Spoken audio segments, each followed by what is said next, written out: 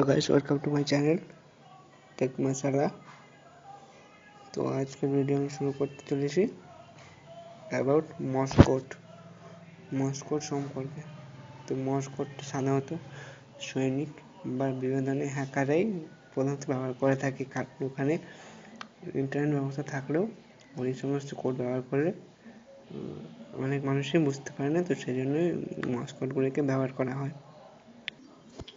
তো দেখতে পাচ্ছেন এখানে মর্স কোডের একটি দিয়ে আছে a equal to dot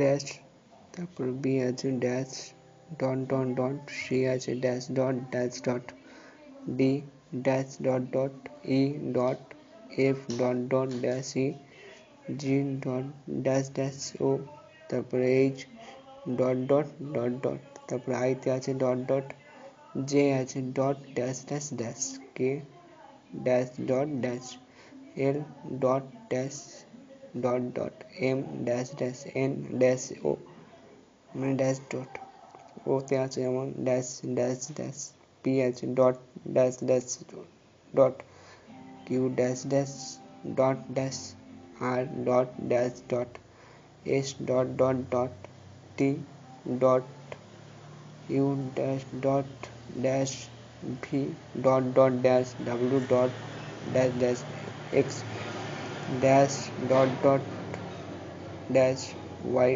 dash dot dash dash, z dash dash dot dot. তো এই ছিল।